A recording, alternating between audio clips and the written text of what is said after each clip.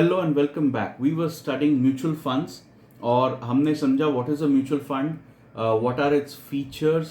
Now let us look at what is the difference between investing in equity shares directly versus investing in equity shares through a mutual fund. So when you invest directly in equity shares, आप खुद से shares खरीदते बेचते हैं, तो ये direct investment का case है.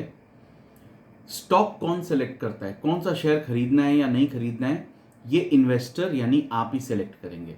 लेकिन जब आप म्यूचुअल फंड में इन्वेस्ट करते हैं, म्यूचुअल फंड का एक कॉमन इन्वेस्टमेंट ऑब्जेक्टिव होता है. जितने भी इन्वेस्टर्स होते हैं वो उसी ऑब्जेक्टिव के लिए इन्वेस्ट कर रहे हैं.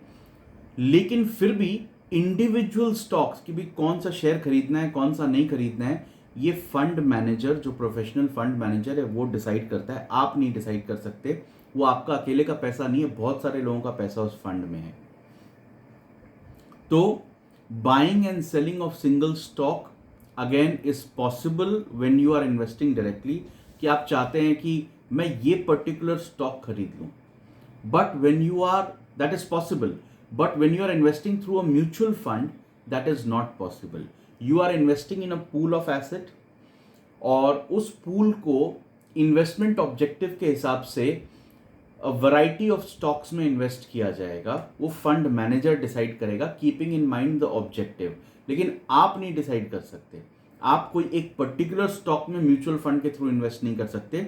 Mutual fund is always invested into a variety of stocks for diversification and risk reduction. एक चीज होती है एग्जिट लोड.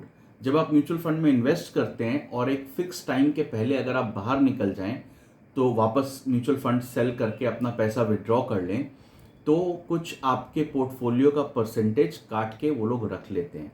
इस चीज़ को बोलते हैं exit load. We will study this in detail later on. अगर आप डायरेक्टली शेयर्स में इन्वेस्ट करते हैं तो एग्जिट लोड का कोई कॉन्सेप्ट नहीं है.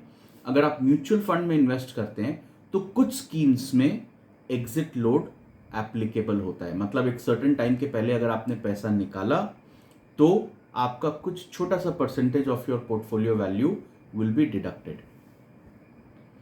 Speculation and arbitrage.